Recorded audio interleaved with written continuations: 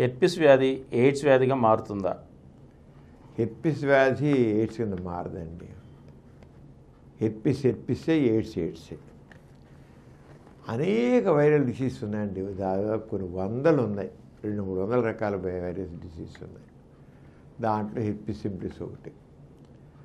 Herpes సింప్లిస్ AIDS కింద మారుతుంది. ఇప్పుడు గాడిదే గుర్రమే. గాడిద గుర్రంగా మారుతుందా? గుర్రం గాడిద కింద మారుతుందా? మారుతుంది. ఆరోగ్య హెర్పిస్ ఎయిడ్స్ కింద మారుతుంది. ఎయిడ్స్ వ్యాధి క్రిమ్ వేరు, హెర్పిస్ క్రిమ్ వేరు. ఆ క్రిమ్ బట్టి ఆ వ్యాధి వస్తుంది. అంచేత హెర్పిస్ వ్యాధి ఎట్టి పరిస్థితుల్లోనూ ఎయిడ్స్ కింద మారదు. కొంతమంది ఈ నాటు డాక్టర్లు, వాళ్ళు అన్క్వాలిఫైడ్ డాక్టర్లు, ఇవన్నీ ఎయిడ్స్ వ్యాధికి రూపాంతరం ఇదంతాను, వీటి వల్ల సుఖవ్యాధులు రూపాంతరం ఇది ఎయిడ్స్ కింద మారుతాయి అని ఇలాగా పనికిరాని మాటలు మాట్లాడతారు. ఏమీ మారు. సిఫిలిసే, గన్నేరియవే, శాంక్రాయిడే, హెర్పిసే.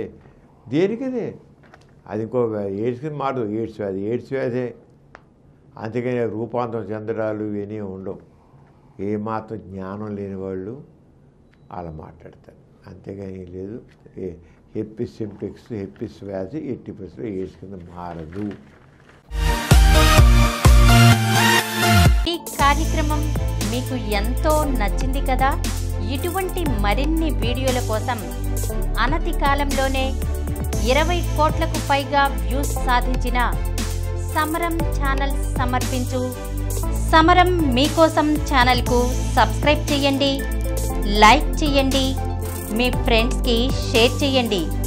అలాగే ప్రక్కనున్న గంట సింబల్ని ప్రెస్ చేయడం మర్చిపోకండి.